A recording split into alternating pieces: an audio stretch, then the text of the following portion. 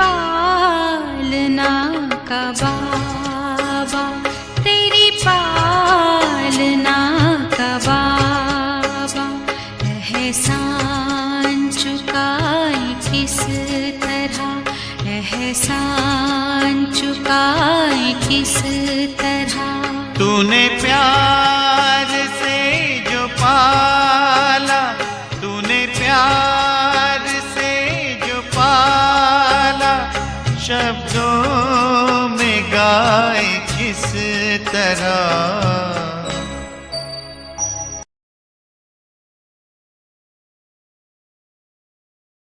ओम शांति। आज के हम इस टॉपिक में बाप दादा की अगली वाणी पे बात करेंगे, जिसमें बाबा की अगली वाणी है 9/12/1970, जिसमें बाबा की मुख्य पॉइंट में बाबा ने बोला कि पुरुषार्थ का मुख्य आधार कैचिंग पावर।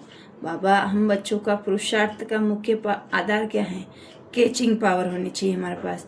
उसके बारे में बाबा ने इस वाणी में विस्तार से बताया है। तो आप सब बने रहे। ओम शांति। आज हर एक की दो बातें देख रहे हैं कि हर एक कितना नॉलेजफुल और कितना पावरफुल बने हो। उसमें भी मुख्य कैचिंग पावर हर एक की कितनी पावरफुल है देख रहे हैं। पुरुषार्थ का मुख्य आधार कैचिंग पावर है। जैसे आजकल साइंस वाले आवाज को कैच करने का प्रयत्न भी कर रहे हैं, लेकिन साइलेंस की शक्ति से आप लोग क्या कैच करते हो? जैसे वह बहुत पहले साउंड को कैच करते थे, वैसे आप क्या कैच कर रहे हो? अपने 5000 वर्ष पहले देवी संस्कार कैच कर रहे हो। कैचिंग पावर इतनी आई है, वह तो दूसरों की साउंड को कैच कर सकते हैं। आप अपनी असली संस्कारों को सिर्फ कैच नहीं करते, लेकिन अपने प्रैक्टिकल स्वरूप बनाते हो। सदैव यह स्मृति में रखो कि मैं यही था, फिर बन रहा हूँ। जितना जितना उन संस्कारों को कैच कर सकेंगे, उतना स्वरूप बन सकेंगे। अपनी स्मृति पावरफुल बनाओ, अर्थात श्रेष्ठ स्पष्ट बनाओ। जैसे अपने वर्तमान स्वरूप का, वर्तमान संस्कारों का स्पष्ट अनुभव होता है, ऐसे अपने आदि स्वरूप व संस्कारों का भी इतना ही स्पष्ट अनुभव हो। समझा? इतनी कैचिंग पावर चाहिए। जैसे वर्तमान समय में अपने चलन व कर्तव्य स्पष्ट और सहज स्मृति में रहते हैं, ऐसे ही अपनी असली चलन सहज स्पष्ट स्मृति में रहेगी। सदैव यही संकल्प रहे कि मैं ही तो था। 5000 वर्ष की बात इतनी स्पष्ट अनुभव में आएगी जैसे कल की ही बात। इसको कहते हैं कैचिंग पावर। अपनी स्मृति को इतना श्रेष्ठ और स्पष्ट बनाकर जाना है। भट्टी में आए हो ना, तो सदैव अपना आदि स्वरूप और आदि संस्कार सामने दिखाई दे। अपनी स्मृति को पावरफुल बनाने से वृत्ति और दृष्टि स्वतः ही पावरफुल बन जाएगी। बाबा ने यहाँ पे बोला है कि ये संस्कार हम आत्माओं के 5000 वर्ष पुराने भी थे। हमें स्मृति लानी है कि हम ही थे, हम ही बनकर जाएंगे और हम ही देवी देवता थे। तो बाबा बोल रहे कि यहाँ पे अपनी स्मृति ऐसी पावरफुल होगी तो आपकी दृष्टि और वृत्ति दोनों ही स्वतः ही पावरफुल बन जाएगी। फिर ये कुमार ग्रुप क्या बनकर जाएगा? बाबा यहाँ पे सामने कुमार ग्रुप बैठा होगा, उनके लिए बोल रहे बाबा कि फिर ये कुमार ग्रुप क्या बनकर जाएगा? अनुकुमार अर्थात अनोखे, हर एक के दो नैनों से दो स्वरूप का साक्षात्कार होगा। कौन से दो स्वरूप? सुनाया था कि ना निराकारी और दिव्य गुणधारी, फरिश्ता रूप और देवी रूप, हर एक ऐसे अनुभव करेंगे व हर एक ऐसे अनुभव होगा जैसे कि चलना फिरता हाउस और माइट हाउस हो। ऐसे अपने स्वरूप का साक्षात्कार हो। जब 5000 वर्ष की बात को कैच कर सकते हो, अनुभव कर सकते हो, तो इस अंतिम स्वरूप का भी अनुभव नहीं होता क्या? बाबा बोल रहे जब 5000 वर्ष की इतनी बातों को हम कैच कर सकते हैं, अनुभव कर सकते हैं, तो बाबा बोल रहे कि क्या इस अंतिम स्वरूप का अनुभव नहीं होता है आपको? अभी जो कुछ कमी रह गई है वह भरकर ऐसे अनुभवी मूर्त बनकर जाएंगे तो देखना कि कभी कोई कमी न रह जाए। भट्टी से ऐसा परिवर्तन करके जाना है जैसे कभी कभी सतयुगी आत्माएं जब प्रवेश होती हैं तो उनको इस पुरुषार्थी जीवन का बिल्कुल ही नॉलेज नहीं होता है। यहाँ पे बाबा हम बच्चों को बार बार सावधान कर रहे हैं कि कभी कभी सतयुगी आत्माएं जब प्रवेश होती हैं, सतयुगी आत्माएं जब प्रवेश होती हैं तो उनको इस पुरुषार्थी जीवन का बिल्कुल ही नॉलेज नहीं होता है ना। बाबा बोल रहे हैं जो हमारे पहले जो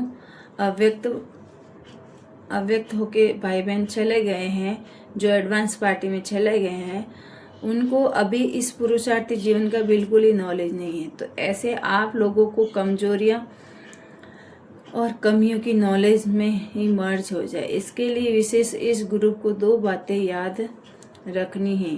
2 बातें दो शब्दों में ही हैं, एक गेस्ट हाउस और दूसरा गेट आउट, अर्थात बाहर निकलना और आगे के लिए अंदर आने नहीं देना।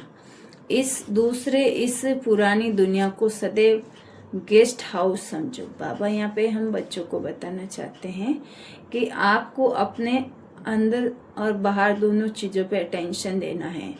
2 बातों पे बहुत ही अटेंशन देने के लिए बाबा ने बोला है कि एक तो गेस्ट हाउस समझना है इस दुनिया में, और एक दूसरा बाहर से कोई भी हमारे अंदर एंटर करने की कोशिश करता है, जैसे पुराने संस्कार के बारे में बाबा यहाँ पे बता रहे हैं, तो उसको गेट आउट करो, अंदर आने ही नहीं देना है ना। तो फिर इस कमजोरी व कमी का अनुभव नहीं करेंगे। सहज पुरुषार्थ है ना, इस ग्रुप को कमाल कर दिखानी है। इसीलिए लक्ष्य सदैव रखना है कि अब फिर 21 जन्म के लिए रेस्ट करना है, लेकिन अभी 1 सेकेंड में भी मनसा वाचा करना, सर्विस से रेस्ट नहीं। बाबा यहाँ पे बोल रहे 21 जन्म जब रेस्ट करनी है तो फिर 1 सेकेंड भी इस संगम पर हमें मनसा वाचा करना, सर्विस में रेस्ट नहीं करनी है, हमारी सर्विस चलती रहनी चाहिए। तब ही तो बेस्ट बनेंगे, समझा। क्योंकि यह है hard workers group. Hard workers group में रेस्ट नहीं, कभी रेस्ट नहीं करता और वेस्ट नहीं करता। इसीलिए इस हार्ड वर्कर्स ग्रुप व रूहानी सेवाधारी संगठन को सेवा के सिवाय और कुछ सूझे ही नहीं। यह है नाम का काम। यह भी याद रखना है कि सेवा स्वयं के प्रति ही ऑफर करना है, तब ही बाप दादा की आफरीन मिलेगी। हार्ड वर्कर्स व रूहानी सेवाधारी ग्रुप को सदैव यह स्लोगन याद रखना है, सम्माना और सामना करना ही हमारा निशाना है। यह है ही इस ग्रुप का स्लोगन। सामना माया से करना है, न कि देवी परिवार से। समाना क्या है? अपने पुराने संस्कारों को समाना। बाबा ने यहाँ पे हमें दोनों चीज़ों की डेफिनेशन बताई है। यहाँ पे बाबा ने बोला कि हमें एक स्लोगन याद करना है और समाना और सामना दोनों चीज़ों में हमें निशाना, दोनों चीज़ें हमारा निशाना है, दोनों चीज़ों पे हमारा निशाना है। तो बाबा बोले कि निशाना गलत तरीके से नहीं लगाना है, यहाँ पे निशाना वो उसको लगाना है, निशाना यहाँ पे माया को करना है, ना कि देवी परिवार को। और समाने में क्या समाना है? अपने पुराने संस्कार को समाना है। बाबा यहाँ पे बताना चाह रहे हैं कि नॉलेजफुल के साथ साथ पावरफुल भी बनना है, तब ही तो सर्विस एबल बनेंगे। अच्छा, तिलक समारोह देख, राज तिलक समारोह याद आता है। अभी यह तिलक संपूर्ण रीति में स्थित रहने के लिए है, फिर राज तिलक मिलेगा। यह है तिलक प्रतिज्ञा प्रत्यक्षता का। इतनी पावर है रूहानी सेवाधारी ग्रुप के लिए। ये खास शिक्षा दे रहे हैं। अपने को जितना अधिकारी समझते हो ना, उतना ही संस्कारी भी बनो। पहले संस्कार देना, फिर अधिकार लेना। सत्कार का अधिकार दोनों साथ साथ हो। अगर सत्कार को छोड़ सिर्फ अधिकार लेंगे तो क्या होगा? जो कुछ किया है वह बेकार हो जाएगा। इसीलिए दोनों बातों को साथ साथ रखना। अच्छा, बाबा ने अपनी वाणी को यही विराम दिया। ओम शांति। आगे के लिए हम नेक्स्ट वाणी पे चर्चा करेंगे। ओम शांति।